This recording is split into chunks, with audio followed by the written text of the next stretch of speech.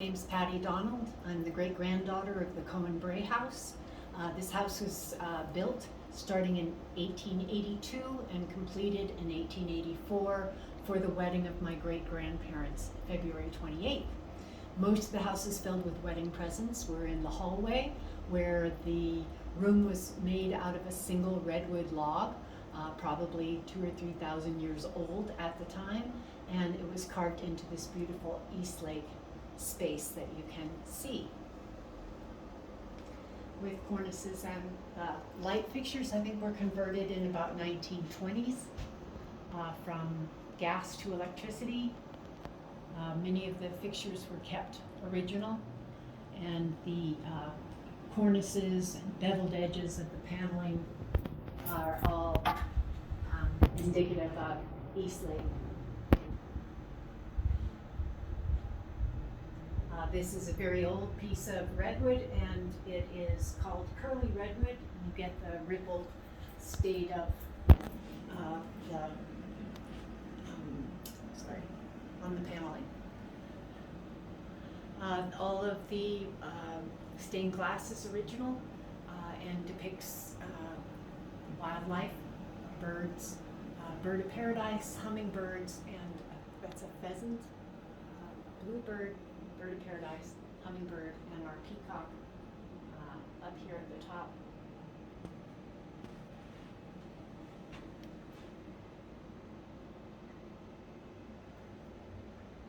There's hidden cabinets to your right there.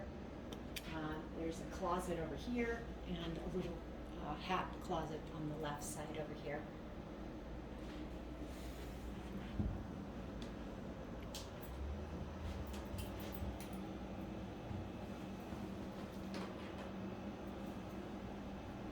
All the furnishings are original. The family has never had enough money to make any major changes in the house, except for after the 1906 earthquake and when the Fernside mansion was dismantled. And then this piece here is Herder Brothers. Umbrella stand.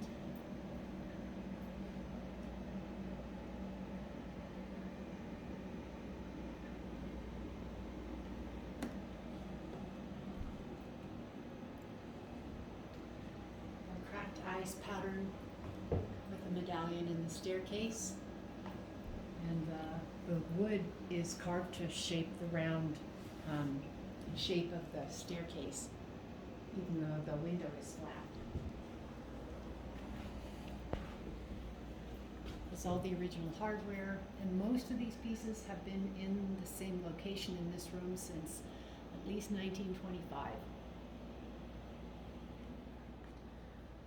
The new bride was gifted the furnishings from the house from A.A. Cohen, who was a lawyer for the railroad barons, the Big Four, and most of the furnishings came from New York City.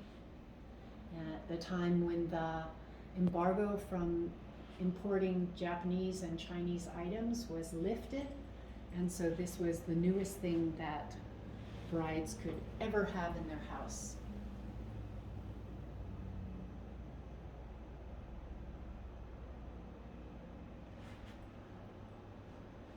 All the gold on the picture rails and inside hasn't been touched. It's still got the same shimmer. The earthquakes that happen here regularly in California have put a lot of cracks in our walls, and we've trying to figure out how to level the house without bringing the cracks back down on us. This bird's eye maple piece is also Herder Brothers with velvet red shelves. Beautiful woodwork pieces. All the ceramics that are on it were original wedding presents.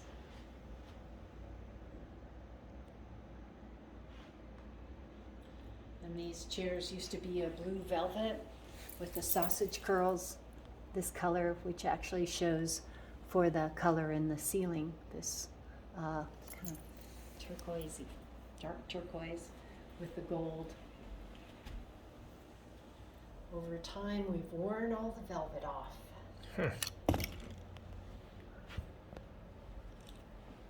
This piece was added later by Hank Dunlop, our historian, a women's seat. The lovely tassels and velvet that hasn't worn off. Along with the lamp, and that's Cloydie's. And then Bray was a feed and grain merchant, and if you look at the frame, this is all carved wheat. And this cow and milkmaid have been in every single wedding picture our families had in this room. These were catalog pictures that were bought on the day of that the bride chose. This is a Herder Brothers mirror that was an over mantel mirror in the fern side piece. It's now sitting on the floor. That house was 18-foot tall ceilings, and this house is merely 12. It used to be in an Italianate mansion in Alameda that A.A. Cohen built with his money that he made from selling local railroads and ferry companies to the Big Four.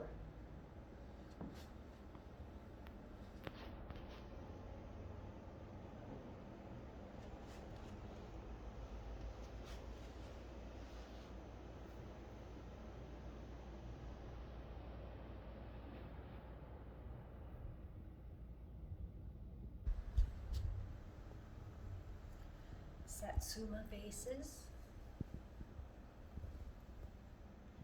show that, again, the embargo from Asia was lifted, and all these beautiful ceramics and inlaid pieces were part of this house.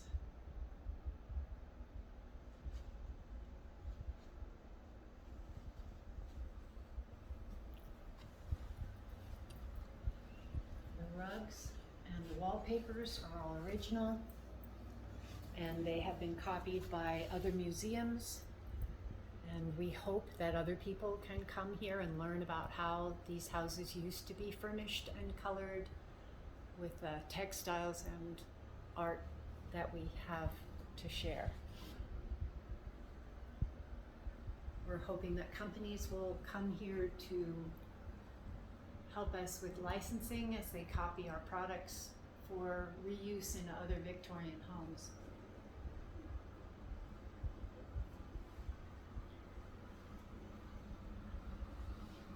Minton tiles over the fireplace depicting Sir Walter Scott books, of which we have original copies in the library. And you can still see the hooks under the counters for the stockings. My grandfather and his sisters.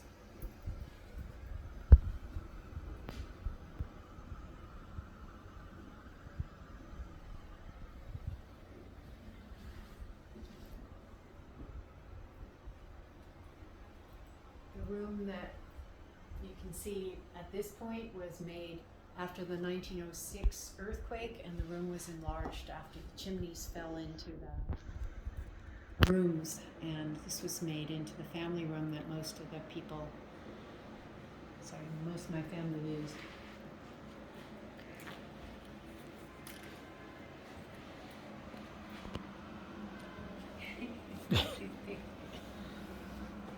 Shoes look much cleaner than my shoes. I got it. We wear booties to keep our carpets clean. They tend to jump off. Dehumidifiers on all the time to keep the wallpaper on the walls, but you can really see the Japanese influence in this particular wallpaper in the hallway. There's the booties.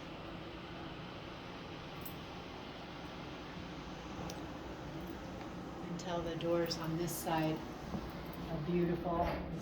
The shellac was taken down so you could see the original glow of the color compared to what happens when you live in a house that's got coal and cigarette smoke. Very good, yeah, all the way through there. Fixtures.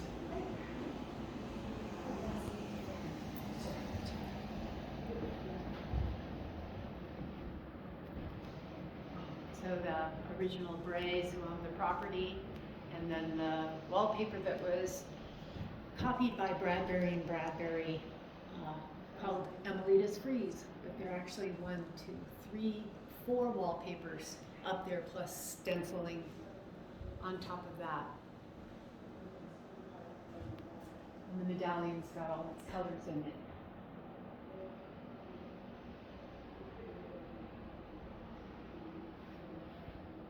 This piece in the dining room was brought to the family around the horn by Captain Cumming, and is it's rose quartz, and it's a veneered mahogany, I think.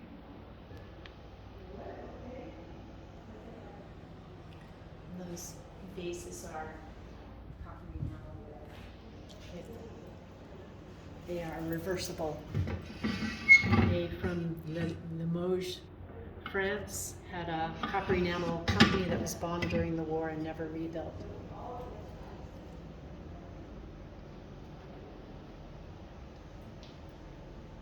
The idea of the curved piece over the fireplace without a mirror, and over mantle, with lullabies in the tiles.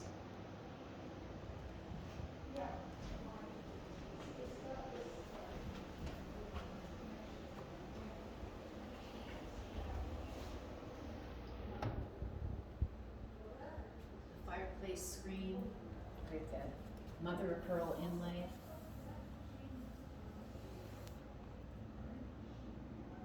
You can see, hey diddle diddle, the cat and the fiddle, cow jumped over the moon.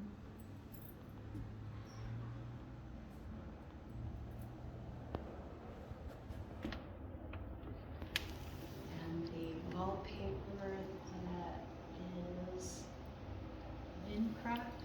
Lincresta. Lincrest, thank you. Lincresta. It's embossed and fuzzy. And then the public side of the door with all the decoration on it, the East-like decoration.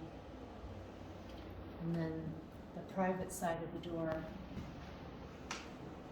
very plain. As you head into the butler's pantry, with the brand new copied linoleum pattern on a vinyl done by Spincher and Company. And our butler's pantry with all the original glass pieces and ceramics.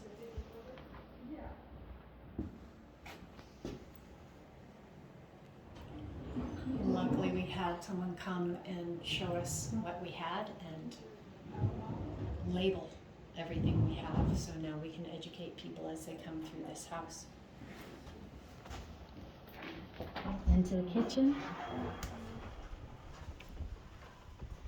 where we have repainted and uncovered the original Lock and Montague range. It was put in 1883. It's missing its doors, but you can see they had pots of various sizes that would fit inside these rings. And this would have been coal with hot water that would get hot here and then go into a hot water heater and up to the sinks in every bedroom. And all the bathrooms are on the second floor. It's missing its shelf, which is very fragile, and we have to get it replaced sometime. And the original spark stove that came in the 1920s, and Bray and Hannah were the owners of the Sparks business, and Howard Bray was Emma Bray's younger brother. And that's one of the reasons we have the spark stove here, that they're found many places. Used to have a vent, actually still does, we just have to bring it forward, that went up, and through that, it goes right into a chimney over there to burn the garbage for using that hot wood burning.